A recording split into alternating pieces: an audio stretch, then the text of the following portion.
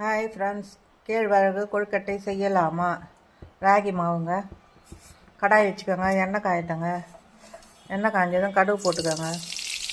கடுகு நல்லா பொரியட்டங்க. கடுகு பொரிஞ்சோன்னா கடலைப்பருப்பு உளுத்தம் பருப்பு போட்டுக்கோங்க. நல்லா செவக்கட்டங்க. பச்சை மிளகா கருவேப்பிலை போட்டுக்கோங்க.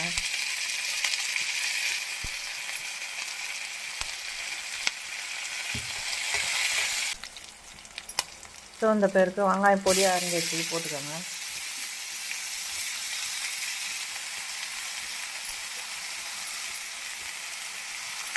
நல்லா வதக்குங்க.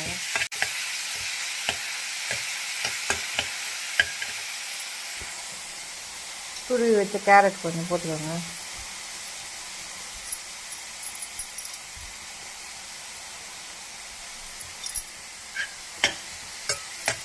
நல்லா வதக்குங்க.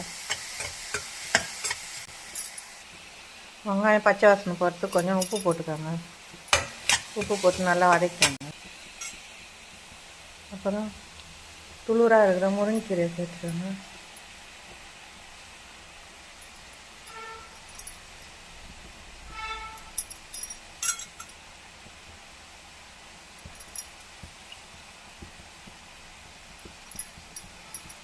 நல்லா கலந்துக்கோங்க.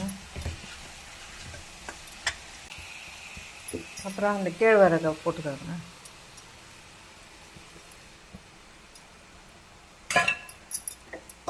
அடுப்பை சிம்மில் வச்சு நல்லா வறுத்துக்கோங்க கேழ்வரகு மாவை. இதுக்கு தேவையான அளவு உப்பு போட்டுக்கோங்க. தேவையான அளவு தண்ணி ஊற்றி கலந்துக்கோங்க. மாவு நல்லா கலந்துக்கோங்க.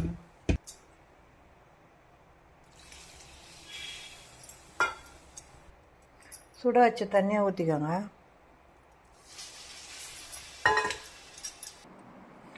மாவு இந்த மாதிரி நல்லா பிசைஞ்சுக்கோங்க.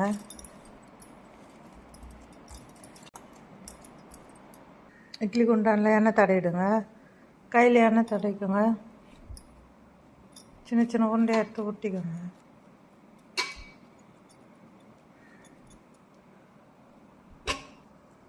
இந்த மாதிரி உருண்டையாக ஊற்றிக்கோங்க. இந்த மாதிரி உருண்டையாக ஊற்றிக்கோங்க. இது கேஸில் வச்சு ஒரு 1/4 மணி நேரத்துக்கு வேக விடுங்க. கேழ்வரகு மாவு கொழுக்கட்டை ரெடி ஆகிடுச்சுங்க.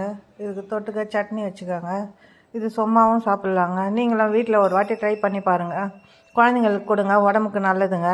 பிடித்திருந்தால் லைக் பண்ணுங்கள், ஷேர் பண்ணுங்கள், சப்ஸ்கிரைப் பண்ணுங்கள்.